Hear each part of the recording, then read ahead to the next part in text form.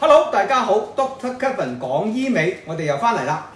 嗱，有睇上一輯嘅視頻咧，大家都應該記得啦。我介紹咗兩大神器啊，叫做喺成個醫美科技界嘅兩大神器啊，熱瑪吉、超聲刀係嘛？你有冇做過啊？如果有做過咧，分享下你哋嘅體驗啦，或者分享你哋嘅意見對呢兩台機。一個嘅感受啦，一啲個人嘅分享啦，或者兩台機合埋，有啲醫生中意同佢合埋一齊做嘅，熱瑪吉同超聲刀一齊做，有啲係單做開兩邊，一個做呢個，一個做呢個，或者兩個做分唔同嘅時間做，咁都有嘅嚇。好視乎嗰個醫生同你嘅分析，或者佢嘅習慣、佢經驗做法點。咁咧，今日咧我同大家介紹第三款神器。喜歡個視頻請點讚啦，請你。訂閱啦，訂閱點讚分享訂閱點讚分享，多謝大家。你嘅支持就係鼓勵我繼續更多啲分享勁嘅、最前沿、最好嘅醫美科技。我純粹從一個做咗30年嘅醫生嘅一個經驗裏邊去分享我一啲嘅我見到嘅、我睇到嘅，同埋我對呢啲唔同嘅科技嘅認知去希望用一個好簡淺嘅語言，令到大家聽得明白可能大家你做咗呢部機做咗好多次，你都唔知佢咩原理，點解會咁做或者呢部有啲人話呢部機好，有呢部機好，搞到你點解無所適從，都唔知邊部機好有人讚有人彈，唔知道嘛？點解我講到好啦？咁今日我哋咧講到第三個係用高熱能嘅技術，我哋叫做第一個記得熱瑪吉係單極射頻啦。其實都係雙極射頻嘅，雙極射頻咧，通常佢嘅層次就會淺啲嘅，咁我就會將佢列入為咧一個去到筋膜層而產生筋膜層骨膠原再生提升嘅一個技術。咁今日講呢個技術咧係雙極射頻，但係帶有針嘅，我哋叫微針射頻微針射頻嘅英文係 RF needling，叫 Radio Frequency needling，就係咧用個針穿透入我哋嘅皮膚。咁當然個針可以較深淺啦，個能量可以較高低啦。入到個皮膚唔同嘅層次咧，喺唔同嘅層次咧，係釋放熱能。記得同我想過，只要個熱能足夠高，時間足夠長，我哋就自然會咧就令到我哋嘅組織，包括皮膚啦、皮下組織啦，或者筋膜層咧，去產生一個骨膠原。我仲記得講到一個樣嘢，當你個能量足夠高，去到65度，持續嘅時間數分鐘，佢能夠產生個最大嘅效應乜嘢咧？叫做熱凝固反應。其實咧簡單啲講，唔需要咁長嘅字嘅，係個乜嘢啊？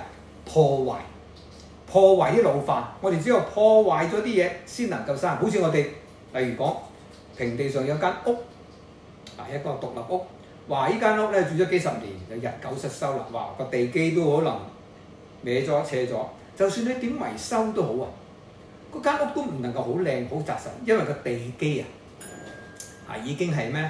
係出呢種咩狀態咧？已經下陷狀態，或者你啲牆身啲柱位咧已經腐爛咗啦，因為咁多年啊嘛，風又日曬雨淋又冇去再維護佢嘅時候咧，間屋就歪歪斜斜。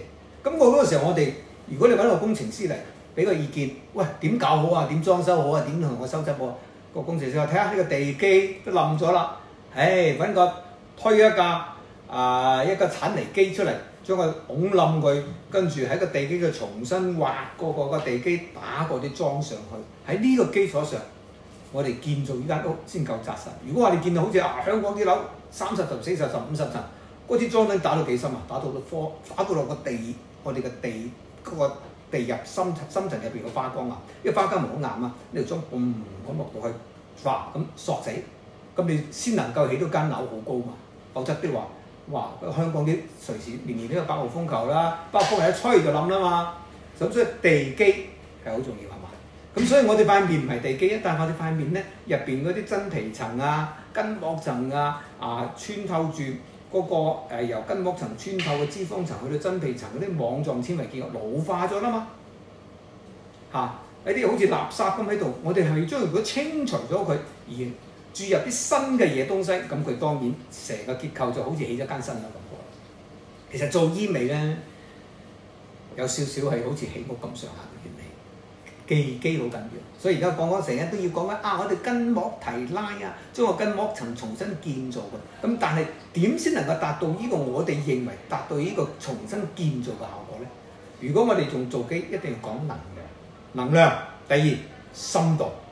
如果呢個唔達到咧，所有嘢都係個效果係未如理想嘅。咁所以咧，我今日咧同介紹大家呢款咧叫微針射頻呢個技術咧，好簡單啦，一個咁樣嘅一個咁嘅頭。呢個頭咧，我拍翻個頭入去先。好，呢個頭咧入邊咧有好多細嘅微針。咁當我用個機咧開咗佢之後咧，唔好意思啊，我就要我個腳搭掣過嚟。咁喺度調控佢咧個深度，而家我調控緊咧係1毫米。咁大家睇睇，或者鏡頭上調睇下，一踩落去。sorry，stand by，OK， 好，睇唔睇到啊？係咪？睇唔睇到啊？哇！一撳，拍一下咧，我而家係教緊1mm，1mm 就係咩啊？去到我哋真皮層，所以我哋咧。如果我哋用而家現代最先進嘅一個概念嘅分層抗衰老，如果我哋想淨係令皮膚呢個層次多啲骨膠原，個皮膚 firm 啲，去啲幼紋咧，我哋用1mm 呢個深度，1mm 個針頭一落到去個真皮層，釋放個熱能，刺激個生骨膠原。當然呢個機做面部可以校4個層次，最深去校到4mm。如果大家記得睇我上次嘅視頻就話筋膜層係幾深啊？4.5mm啊，所以呢個機。佢成個設定，我就喺校到4mm，個針尖去到4mm，我可以演示俾大家睇睇。好，4mm啊，睇睇喎，鏡頭前睇下，睇唔睇到？係咪啊？係咪個針出嚟深啲啊？好，我呢個演示咧，想解釋俾大家聽。如果我哋用微針呢個技術咧，我哋更加精準地去進入到我哋想到呢個層次。我如果想做真皮層，我用1mm、2mm 嘅微針入到去，而喺呢個層次裏邊釋放熱能，刺激皮膚真皮層嘅骨膠原再生，就產生皮膚緊緻。我想做個筋膜提升，去到筋膜層，筋膜層係4mm嘛，咁我個針必須入到去4mm，更加深，喺呢度釋放嘅熱能，而刺激破壞筋膜嘅老化，而產生新嘅彈性纖維同骨膠原，令到佢個力度拉力更強，而最終係達至到做一個乜嘢緊緻提升嘅效果。呢個係我今日同大家去講解呢一個另一個嘅技術微針射頻。咁點解你話可以個針入咗去之後咧，針尖咧佢就釋放咗個熱能咧，就令到我哋入到呢個層次裏邊咧。呢個電流嘅熱能咧產生去刺激骨膠原再生，就係一個咁樣嘅一個技術。咁當然啦，呢個技術咧係能夠去幫助到我哋嘅深層，由表皮1mm、2mm、3mm、4mm 唔同嘅層次，而產生唔同嘅一個骨膠原再生嘅效果。其實呢個機好勁啊！佢仲有另一個功能可以做身體嘅，另外一個頭駁落去咧，最深去到8mm。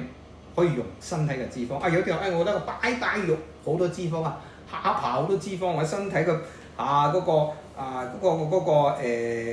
腰位有啲人叫做 core 肌位，或者個 lumbar paddle 或者個肚腩任何個位置個脂肪多咧，佢就要轉一個 body 嘅頭做身體嘅頭咧，就入去咧就會產生溶脂嘅效果。所以佢不單止做翻面部可以提升，做身體咧都能夠去做咗一個咧溶脂緊緻嘅效果。咁今日咧為大家咧去推介呢一個係微針射頻技術。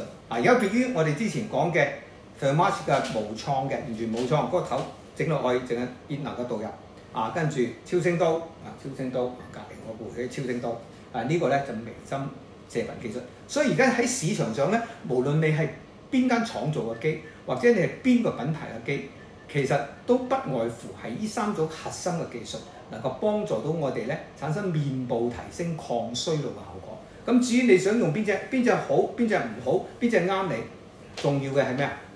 你同你嘅醫生去自己大家一齊去商討一個最啱你個方案，最適合你嘅做法，咁先係一個最好嘅做法。好啦，我今日咧分享到就呢度啦。喜歡我嘅視頻請你 subscribe、點讚、收藏，多謝大家。完啦。